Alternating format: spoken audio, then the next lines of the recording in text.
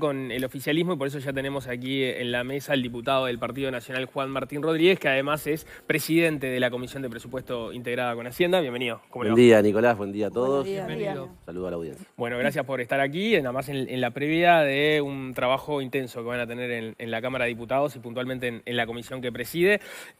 ¿Cuál es la primera evaluación que hacen a propósito del texto que se entregó por parte del gobierno? Bien, el proyecto de rendición de cuentas 2022 viene a continuar lo que ha venido siendo tanto el presupuesto nacional como las previas rendiciones de cuentas, donde los recursos y sobre todo los destinos han sido sumamente focalizados, atendiendo especialmente a los destinatarios, a los beneficiarios, y en ese sentido, así como en el presupuesto hubo diferentes aspectos que fueron contemplados, en las rendiciones de cuentas posteriores se priorizó primera infancia, política de viviendas, educación, ciencia, tecnología e innovación. Este año el presidente de la República, el Poder Ejecutivo en definitiva, ha entendido que el foco, la priorización está en materia de salud mental y adicciones. Y eso ha determinado un incremento presupuestal de unos alrededor de 20 millones de dólares, distribuidos en diferentes organismos, Ministerio de Salud Pública, MIDES, ACE, Junta Nacional de Drogas, donde cada uno en el órbita de su competencia irán ejecutando dichos recursos. Pero,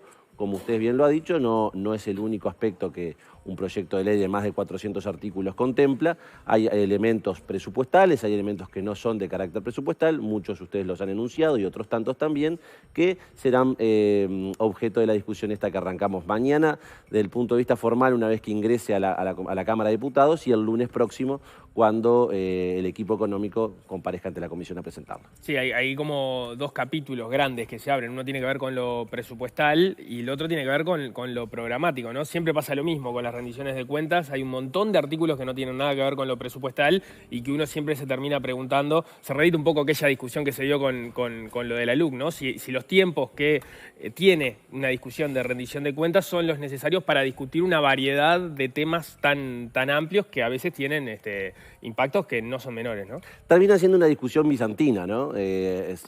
Todos los gobiernos han entendido o entienden que en el momento de enviar el proyecto de rendición de cuentas y también el presupuesto, por ejemplo, se incluyen muchos artículos que nada tienen que ver con materia presupuestal, pero que es el momento de incorporarlos y por eso es que muchos de ellos, la gran mayoría, son tratados, aprobados, y otros tantos la propia Comisión de Presupuesto y Hacienda o incluso el plenario entiende que debe dedicársele más tiempo a su análisis y lo desglosa y lo pasa a la comisión competente. Bueno, no descartemos que esto pueda ocurrir con algún artículo también en este proyecto. Empecemos por lo presupuestal. Lo primero que se puede decir es, esta es una rendición magra, ¿no? En general se habla del carnavalito electoral, ¿no? Eso de que la última rendición de cuentas que permite un aumento del gasto termina aflojando un poco más la cincha porque, bueno, se viene una campaña electoral. Claramente no es el caso, pero también están las críticas de si no hay un montón de áreas que estaban esperando recursos. Recién veíamos desde la educación, ¿no? Hay una transformación educativa por delante. El presidente de la ANEP pide 63 millones de dólares y ni siquiera están los recursos para esa transformación educativa. Bien, vayamos por partes. Lo primero, naturalmente que el monto que se ha asignado puede parecer magro respecto a, si uno analiza todas las solicitudes, los planteos, las reivindicaciones y los reclamos que los diferentes incisos, tanto del Poder Ejecutivo como del artículo 220 de la Constitución, han formulado. Eso es un hecho. Pero más allá de eso, hay un elemento que se tiene que tener en cuenta, que es el siguiente. En las anteriores rendiciones de cuentas, excluyo el presupuesto, me refiero a la rendición del año que se trató el año pasado y el anterior. Para este año 2024, ¿no? Estamos hablando 2023, perdón, se le asignaron 370 millones de dólares para comenzar a ejecutar este año. Y para el año próximo, y por ende para el siguiente, porque recordemos que al ser esta la última que se puede hacer un incremento presupuestal, lo que ocurre en el 24 es un copy-paste lo que termina pasando en el 2025. Se le asignaron alrededor de 240 millones de dólares, ya preasignados. Entonces, decir que solamente son 20 o decir que es magro es obviar lo que ya en años anteriores se atribuyó. Pero la cuenta de los 63 millones de dólares que hace Robert Silva eran adicionales o incrementales de lo que ya estaba establecido. A eso voy. Lo segundo, ha ocurrido tanto en el presupuesto como en las dos rendiciones de cuentas anteriores que los planteos, los reclamos tanto de la ANEP, de la UDELAR, de la UTEC, para englobar a los tres organismos vinculados a la educación, lo que venía del Poder Ejecutivo era un X determinado, y producto del diálogo parlamentario y apelo a la honestidad, en particular del rector Arín, que recién lo veíamos en una nota, han obtenido resultados sumamente beneficiosos, producto justamente del intercambio con los parlamentarios, de la coalición como de la oposición.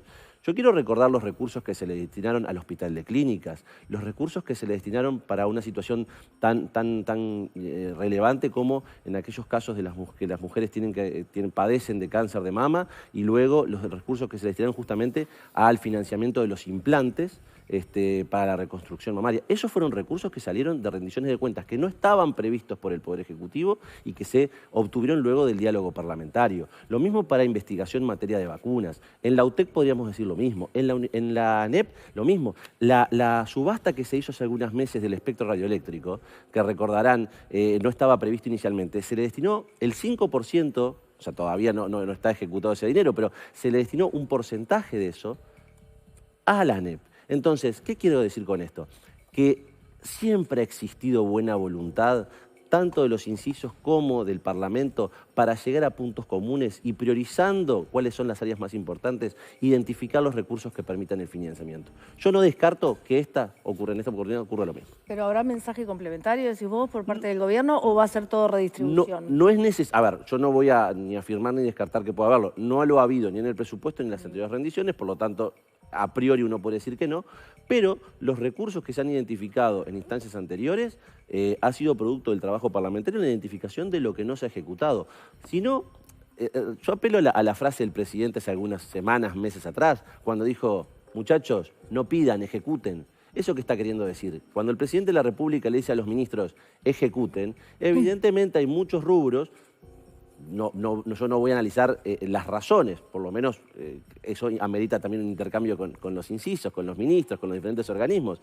Pero ¿por qué si uno tenía 100 y en algún área, en algún programa ejecutó 25, qué pasó que en 3 años y medio ejecutó 25 de 100? Lo que pasa es que eso no necesariamente es algo positivo, ¿no? Porque si no ejecutaron quiere decir que hay problemas de gestión para ejecutar esos recursos. Entonces tenemos por un lado presupuestos bajos y por el otro lado falta de ejecución y falta de gestión para poder ejecutar esos recursos que son insuficientes en muchas áreas. No precisamente tiene que ser así. Pueden haber diferentes razones que obliguen a que determinadas circunstancias, en algún programa determinado, en algún aspecto determinado, un organismo no haya ejecutado. Y lo importante, como los recursos son finitos, que en este caso los parlamentarios tengamos, porque los elementos los tenemos, de identificar, bueno, a ver, si esto no se puede ejecutar, no es prioritario, no es mejor que se le pueda destinar a otro organismo que está en condiciones de ejecutarlo en este momento. ¿Y el espacio cuándo termina siendo eso? Bueno, eso es el trabajo que empieza ahora. En las experiencias del año pasado, por ejemplo. Y bueno, estos 370 millones que hablamos para el 2023 fueron producto justamente de eso. Los 240 millones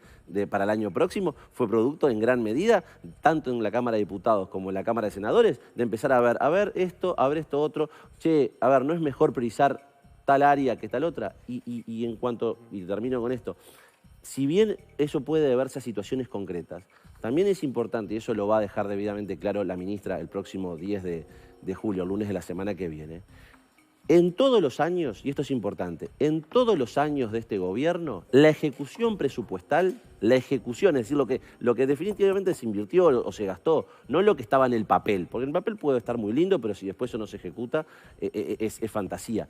En todos los años, lo que se ejecutó realmente fue superior a lo que se había ejecutado en el último año presupuestal del gobierno anterior. Si querés, en realidad no es el último, porque el último es el 2020, que es este gobierno.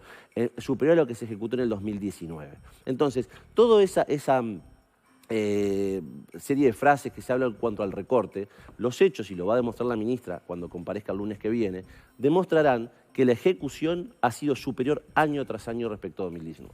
A mí me genera una duda el siguiente apunte. El gobierno arrancó el año 2020 con un déficit fiscal alrededor del 4.8%. Sin mal no recuerdo, ahora, o la última consulta que hice, estaba en el entorno del 2.8%, o sea... 3,8 creo que el último está dando 3,8. Bien, que es una gran política fiscal, de hecho fue reconocida por varias calificadoras de riesgo. Ahora, teniendo la última oportunidad para aumentar los recursos en gasto público, ¿no sería conveniente resignar un 0.5% del déficit fiscal o algo del déficit fiscal que igual sería, no sé, sería una buena nota de todas maneras, y volcarlo a áreas que son prioritarias para el gobierno y necesitan recursos. Por ejemplo, primera infancia, que sí se aumentó la rendición de cuentas pasada, pero los resultados siguen siendo desfavorables. Y también la transformación educativa, que es uno de los grandes emblemas de este gobierno, que pide más dinero. Entonces, la consulta es, ¿no se puede resignar un poco de déficit fiscal sin generar un escenario dramático y volcarlo a prioridades que necesitan dinero? Ana, lo que pasa es que estamos dando por hecho que no van a haber recursos para la transformación educativa. Bueno, primera infancia, son varios los ámbitos que no, si querés hablamos de cada uno. Okay. Estamos dando por hecho que no van a haber. Estamos dando por hecho en materia de primera infancia que se destinaron alrededor de 200 millones, 50 por año, en diferentes organismos también. Y eso, naturalmente, tal vez no ha tenido todo el impacto que quisiéramos que tenga. De hecho, la reducción de la pobreza surge del informe presentado por el Poder Ejecutivo. Hubo una reducción de la pobreza en todas las franjas etarias, salvo en la primera infancia de 0 a 6 años, donde hubo un leve incremento. Pero hubo 23.000 personas, según los números que remite el Poder Ejecutivo, que han salido de la pobreza. ¿Estamos conformes? Por supuesto que no. Se tiene que seguir trabajando en esa línea. Ahora, cuando se habla del déficit fiscal, y entiendo la pregunta, pero lo que hay que transmitirle a doña María, a la vecina, al vecino, que eso lo que implica es que el aumento del gasto implica mayor endeudamiento. Mayor endeudamiento es más costo para todas las uruguayas y todos los uruguayos. Es menos recursos que se le pueden destinar a políticas sociales. Son menos recursos que se le pueden destinar a infraestructura. Son menos recursos que se le pueden destinar. ¿Por qué? Porque si uno se endeuda más y la nota, que la que hoy tiene Uruguay, la triple B más, que es la nota histórica, la mejor nota histórica que tiene nuestro país, ¿eso qué determina? Que cuando Uruguay eventualmente el día de mañana tenga que endeudarse por otras razones, lo que tiene que pagar por esa deuda es menor. ¿Y eso por qué? Porque ha habido un tratamiento responsable y un uso responsable de los fondos públicos. Eso está clarísimo. Y eso cuando uno, así como cada uno de nosotros en nuestras casas administramos y capaz que decimos, che, tenemos que cuidarnos porque si gastamos de más nos tenemos que endeudar y si nos sobregiramos en la tarjeta después tenemos que pagarla y capaz que no tenemos los recursos como pagar. Eso es más deuda y eso es lo que hace el Estado también y lo que hacen los gobernantes. Cuidar y en función de los recursos que son finitos, capaz que decir, che, ¿no sería conveniente que como tenemos limitada la capacidad de acción, acá que no se está ejecutando todo lo que quisiéramos, agarrar un poquito y destinarlo a esto que sí es prioritario? Bueno, ese es el trabajo que arranca ahora. Para hacer eso se necesita que la orquesta política esté afinada, que suene bien, hay que negociar mucho y acordar mucho. Efectivamente. Usted convocó un asado, ¿no? Para esta noche, para empezar a limar o a conversar, a llegar a acuerdos. Tuvimos que suspenderlo por un tema de agenda, pero va a quedar para estos días. Pero el propósito sigue en pie. Ahí va. ¿Iban a ir los diputados de Cabildo? Sí, por lo menos, salvo algunos casos puntuales. En realidad, el único diputado de Cabildo que está en la Comisión de Hacienda y Presupuesto es Perrone. Y nunca me confirmó que no fuera a asistir. Hubo 2 casos de dos colegas que por razones también compromisos políticos nos habían anunciado que no podían participar, pero esperemos, una vez que confirmemos la nueva fecha, calculo que no habrá inconveniente. O sea, yo soy de las personas que cuando me hacen una invitación de buena fe participo, salvo que tenga alguna otra actividad que me lo impida.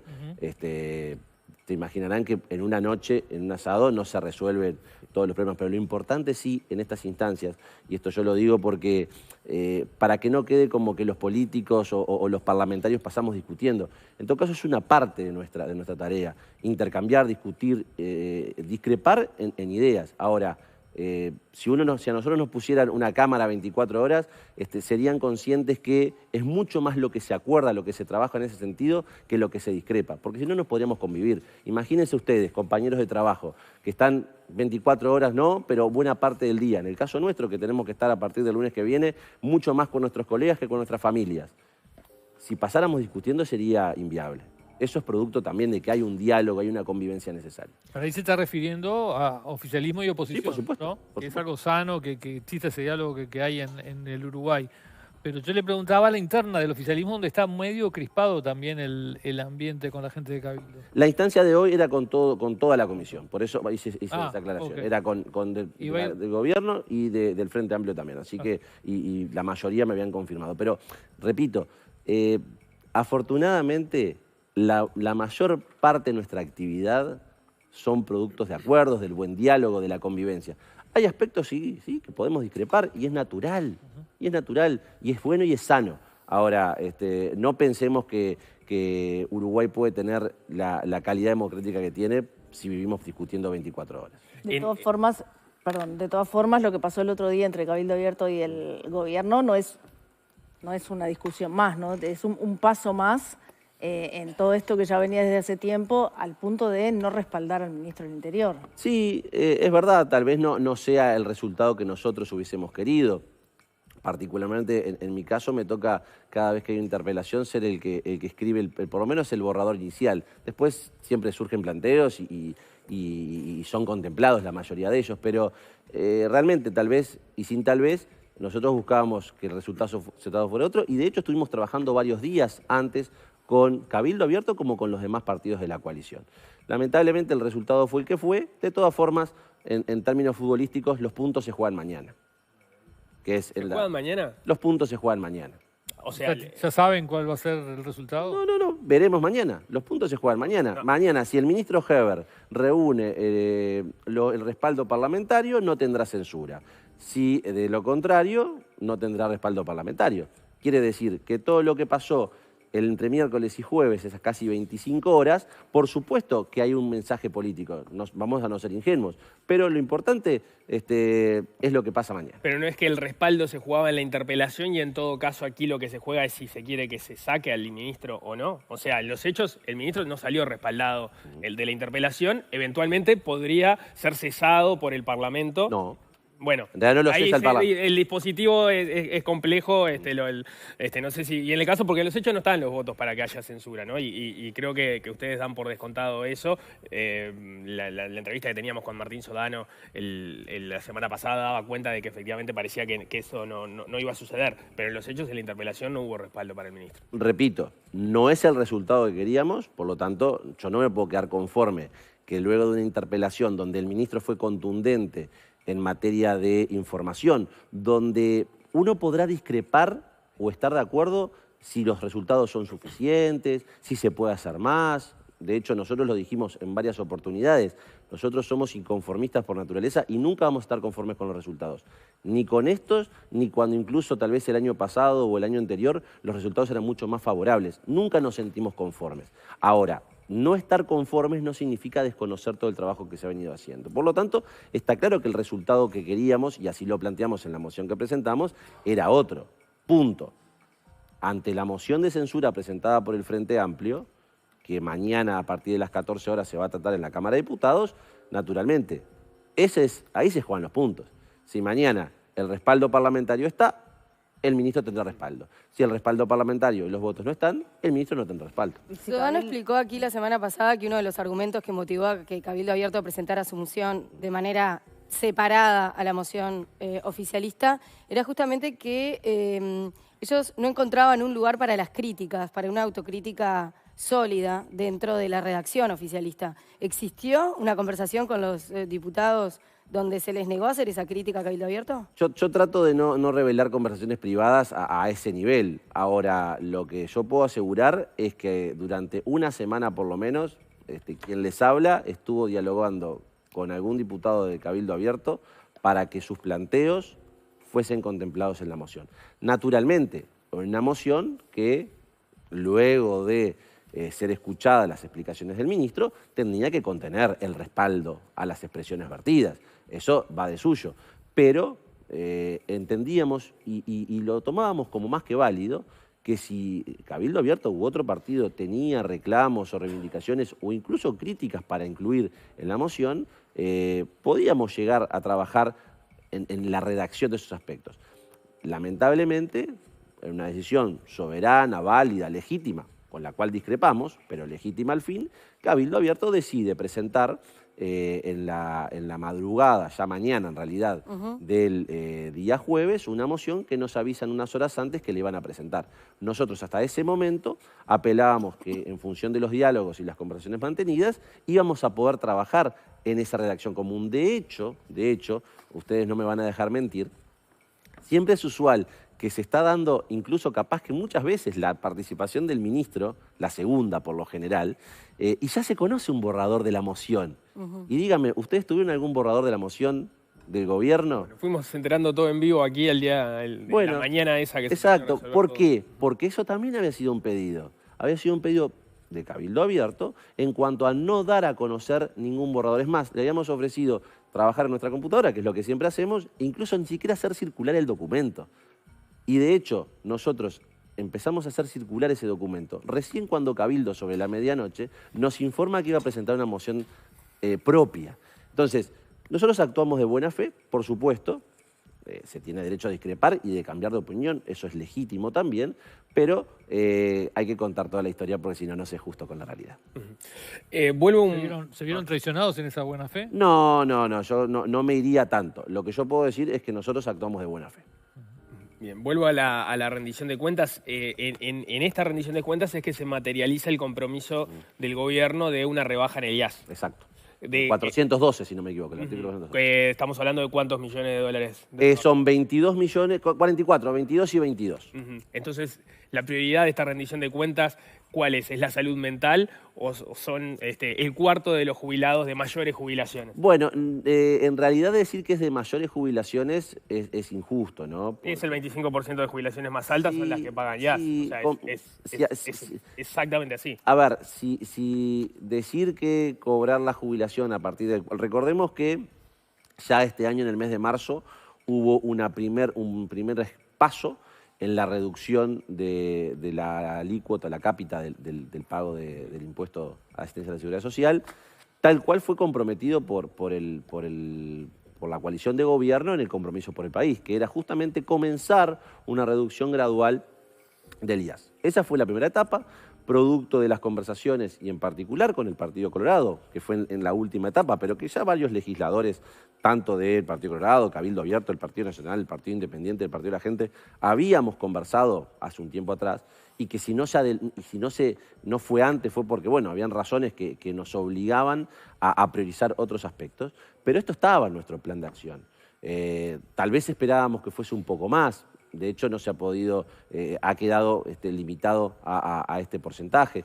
Pero entendemos que es un reclamo, primero es un compromiso asumido por el presidente de la República y por la coalición de gobierno. Y los compromisos están para cumplirse, salvo que exista algún elemento que lo impida, pero los compromisos están para cumplirse. Pero en los hechos, la renuncia fiscal por la rebaja del IAS es mayor al dinero que se va a estar otorgando a salud mental. Bueno, pero es más, si lo vemos de esa forma, Nico, también podemos decir, sumemos a esos 22 millones, en realidad los 150 millones que han significado la resignación fiscal por lo del IRPF, por lo del IAS de este año, por las micro y pequeñas empresas. Entonces, a ver, ponerlo en términos de ¿es esto contra lo otro? Yo soy de lo que piensa que no es la forma que se tiene que encarar, porque ahí estamos viendo lo siguiente. Esos abuelos, esos jubilados, abuelos, no abuelos, en definitiva. Los abuelos con las jubilaciones más altas. No son las más altas, Nico. El cuarto de jubilaciones más altas. ¿A ti te parece que ganar 50.000 pesos es una jubilación alta? Es más que el otro 75%. Pero que no paga IAS. Exactamente. Y que nosotros, el Partido Nacional, ganan menos. y que el Partido Colorado, el Partido Nacional, Cabildo Abierto, el Partido Independiente, el Partido de la Gente, nunca estuvimos de acuerdo con el IAS. Entonces, que se nos reproche que queremos ir gradualmente eliminándolo cuando nosotros, siendo oposición, estuvimos en desacuerdo, y es más, recordemos la historia del IAS. Esto era un IRPF a jubilados, que producto de una sentencia, de varias sentencias, de la Suprema Corte de Justicia que declaró inconstitucional, se tuvo que, recalculando por el Poder Ejecutivo y se creó este impuesto. Entonces, no se nos puede reprochar que apelemos a la derogación gradual, a la emisión gradual, cuando no estuvimos de acuerdo en su origen. Yo, el planteo al que voy es que los recursos, como lo venimos manejando, son todos finitos y el punto de fondo al que voy es, acá hay un compromiso del gobierno de ser austeros con los recursos públicos y mi pregunta es si es una fortaleza o en ciertas medidas se está volviendo una debilidad del gobierno. El gobierno asumió con un déficit fiscal muy elevado, había que atenderlo, fue un gran problema del gobierno. millones de dólares. Un gran problema del gobierno anterior y este gobierno empezó a trabajar en eso con un escenario muy adverso porque enseguida vino la pandemia, lo cual implicó gastos que no estaban previstos. Exacto. Pero si lo vemos en cuestiones puntuales, por ejemplo, lo que ocurrió con el agua este año, da la impresión de que la precaución fiscal se come las prioridades más elementales que tiene la sociedad. Tenemos expresiones de jerarcas, el caso de Raúl Montero, presidente de OCE, el caso del subsecretario de Ambiente, Gerardo Amarilla, que han reconocido, Amarilla lo hizo aquí mismo, de que se especuló con que podía llover para evitar las obras y los gastos, por lo tanto, que se están haciendo en este momento y que nos tienen a toda la población del área metropolitana recibiendo un agua que no se puede tomar, o bueno, es una discusión si es bebible, que ya no es potable, que está rompiendo calefones, que está rompiendo caños, gastos que en definitiva que va a tener la población de acá en adelante y que ya está teniendo, por una precaución fiscal de 20, 30, 40 millones de dólares. En este escenario, con esta discusión que yo planteo... Pero tú decís que tomando esas medidas se hubiese solucionado todo esto. Yo lo que digo es que si los caños que se pidieron la semana pasada se hubiesen pedido hace un mes, cuando Montero... El 8 de mayo Montero ya estaba hablando de la solución que anunciaron un mes y medio después desde Presidencia de la República. Pero tú nos das a entender que si hubiesen tomado esas medidas, la seca más importante del último siglo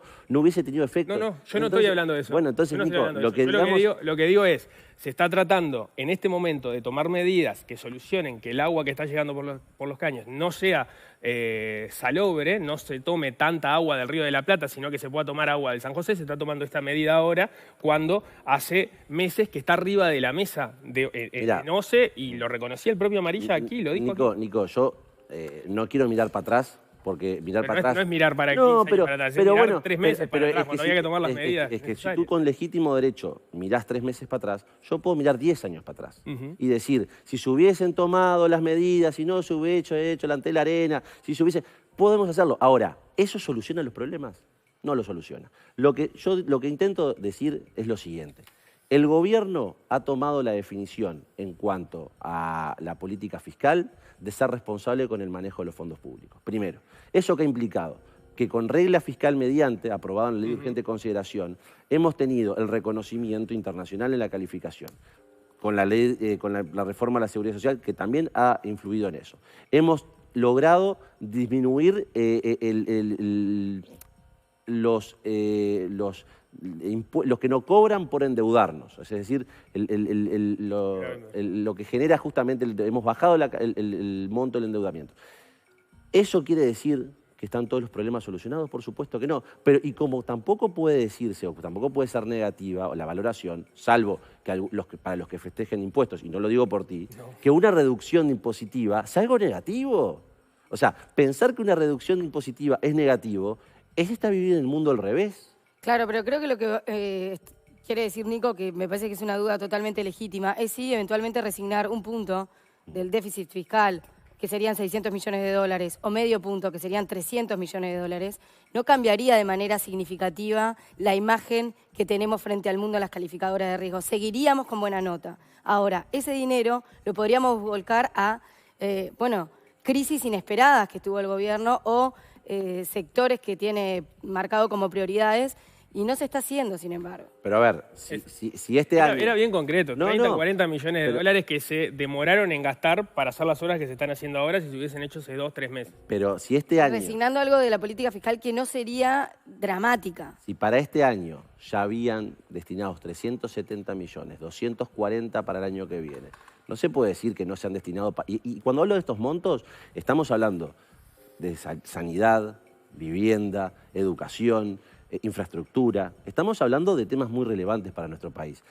Ahora, así como en el COVID, en la emergencia sanitaria vinculada a la pandemia, el COVID, no faltó un peso, porque el gobierno encaró tanto en el 2020 y en el 2021 recursos que fueron realmente muy importantes, más allá de que se subestimaron, más allá de que en ese momento se decía que Uruguay gastaba poco, y después cuando las mismas organizaciones que decían eso reconocían que Uruguay tenía una base que no la construyó este gobierno, una base que se construye históricamente por la acumulación de diferentes gobiernos y una institucionalidad que uno se enorgullece de tenerla, se destinó lo que se destinó. ¿Eso qué implica?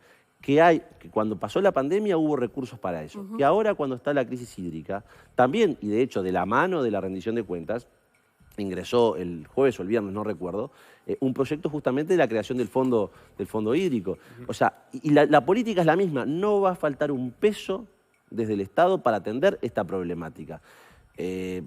Si realmente... Sin embargo, comparándolo con el ejemplo del COVID, parecería que tanto en materia de respuesta, de los tiempos de respuesta, como en comunicación a la sociedad, no se ha estado a aquel nivel, digamos. Es una crisis que no se ha manejado en igual nivel. Bueno, las situaciones, el análisis puede ser, yo no voy a cuestionar eso, o sea, por supuesto los puntos de vista, a nadie le agrada lo que Nicolás relataba, porque en definitiva es un problema que sufre toda la sociedad. Estamos hablando del área metropolitana, hablando con algunos colegas del interior me decían, che, nosotros que usamos toda la vida agua de aljibe, y acá en Montevideo, pasa que acá muchas veces nos ha acostumbrado a la visión macrocéntrica, ¿no? Macrocefalista. No, está claro, pero lo que quiero decir que muchas veces el salobre que hoy se cuestiona, y está bien, porque uno está acostumbrado, como lo aprendimos en la escuela, inolora, insípida, incolora. No, potable, básicamente. Potable. Pero en definitiva, la descripción del agua potable, a eso es lo que voy, lo que nos enseñaban en la escuela.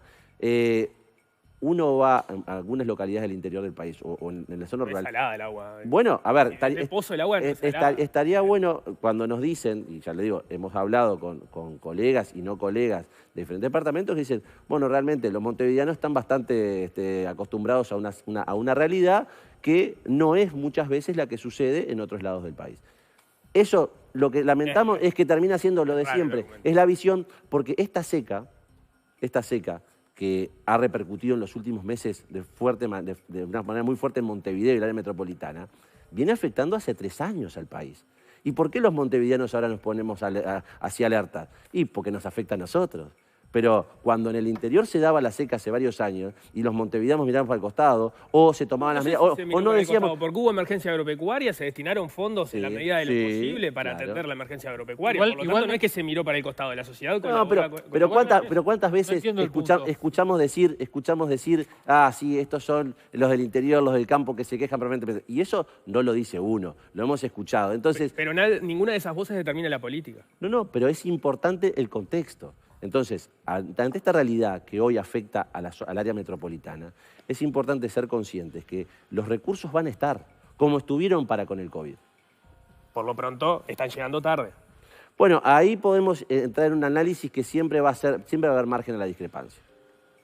Bueno, los hechos son los hechos, ¿no? Sí, bueno, perfecto. Se están haciendo obras que estaban comentadas y estaban arriba de la mesa meses antes y no se empezaron antes. Es un dato de la realidad. Repito, si Arasatí se hubiese hecho hace muchos años, este problema no estaría. Entonces, repito, si acá el tema es si se hizo o no se hizo, entramos a mirar para atrás y el espejo retrovisor, si bien siempre uno se ve tentado en utilizarlo, creo que lo que tenemos que hacer es mirar para adelante. Y mirando para adelante, lo que estoy diciendo es el gobierno no va a escatimar un peso en la atención a la crisis del déficit hídrico. De nuevo, entonces. No va a escatimar un peso. Hay distintos puntos de discusión en torno a la rendición de cuentas. No va a dar el tiempo para abordarlos todos. Tiro uno más antes del cierre, que tiene que ver con este aumento que se da en las penas de homicidio, ¿no? Se sube la mínima de 20 meses a 4 años. De 2 años a 6. De 2 a 6, perfecto. Y de 12 a 18 la máxima. Lo cual, por ejemplo, el fiscal de homicidios, Carlos Negro, advertía de que eso impide que se hagan juicios abreviados en torno a esos delitos y que eso podía generar una serie de problemas, más allá de llegar o no a esas condenas y tener que transitar los juicios, un tema de economía procesal. Decía, bueno, incluso se puede llegar a que algunos juicios queden impunes porque hay que ir a juicio y hay que efectivamente demostrar esto y eso podía generar ciertos grados de impunidad. ¿Qué dicen al respecto? Bueno, este es como hablábamos al principio, es un típico artículo no presupuestal.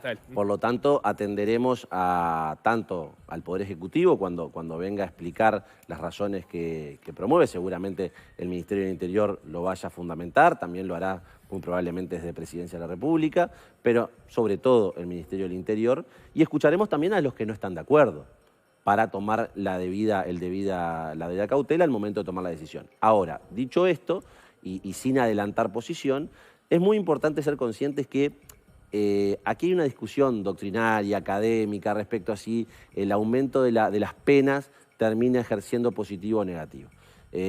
Lo que no se puede discutir es que el gobierno, este gobierno, desde el primer día, LUC mediante, ha entendido que ante determinadas circunstancias, ante determinados delitos, el camino ha sido el aumento de la pena. Se podrá discrepar, se podrá estar de acuerdo, pero si vemos en la ley de urgente consideración, ya hay elementos que van en este sentido, hay situaciones donde se eliminan beneficios como la libertad anticipada para determinados delitos. Entonces, no se nos puede discutir que eso ha sido la lógica que este gobierno ha tenido. Después, repito, se puede discrepar, se puede coincidir respecto a la pertinencia de la ley. Hay una discusión que hay que me parece que es válida, es si no es un atajo la rendición de cuentas para tratar estos temas, sino se requiere una reforma del Código Penal en su conjunto, no el del Código del Proceso Penal, el Código Penal para justamente establecer y equilibrar la dosimetría de las penas en los distintos delitos y no ir tocando de a uno, aumentando en función de lo que me parece que puede tener como efecto en ese contexto donde se discute todo tan rápido, etc. Sí, son posiciones que existen al respecto, válidas todas, los que sostienen una cosa, tanto como los que sostienen otras. Repito, no se puede cuestionar que la lógica que ha tenido este gobierno respecto a determinados delitos, y sobre todo los graves y muy graves o gravísimos, ha sido la que hemos sostenido en cuanto al aumento de penas. Sí, así le fue también con la LUC cuando se aumentó las penas a las personas que ingresaban drogas a los centros penitenciarios y se terminó con mujeres presas por mínimas de 4 años, si no me equivoco, lo cual es una situación que hasta desde el oficialismo se reconoció que era un disparate. Bueno, repito, creo que en esto se puede coincidir o discrepar. Nosotros entendemos que en la medida que hay delitos que son precedentes a otros delitos, deben ser penados. Si se empieza a... ¿Eso quiere decir que la norma no merece un análisis o no habilita que se pueda ser modificada? Por supuesto que no. De hecho, cuando el tema se discutió enseguida, que se aprobó, recuerdo, si mal no me equivoco, la senadora Carmen Sanguinetti fue la primera que esbozó la idea de modificar ese artículo. Hasta ahora ese artículo sigue vigente. Con por lo tanto, mujeres con hijos presas, ¿no? Sí, perfecto. En definitiva, que cometen un delito. Sí, ingresan porque 20, 25, 30, 40... Está bien. Pasa que acá cuando uno empieza a minimizar los delitos, termina pasando lo que pasa. Bueno, sí. Entonces, recordemos una cosa también. En todo caso, es evaluar la dosimetría. Bueno, perfecto. No es el delito en sí, sino la dosimetría. Está bien, pero a ver, uno tiene que intentar siempre cuando analiza las cuestiones jurídicas y sobre todo las penas en materia penal, que si uno analiza en el arco más amplio las penas, puede analizar que el delito de estafa, que es contra la propiedad, en definitiva es un delito contra la propiedad, puede tener en determinadas circunstancias una pena mayor que delitos contra la persona. O en materia de tráfico, de narcotráfico. Entonces, entendemos que... Acá hablábamos del homicidio, 2 años de mínima hasta ahora, y esta era 4 años de mínima por ingresar marihuana a la cárcel, ¿no? Cuando la marihuana en realidad... ¿Mínima? Sí. ¿Mínima? ¿Seguro?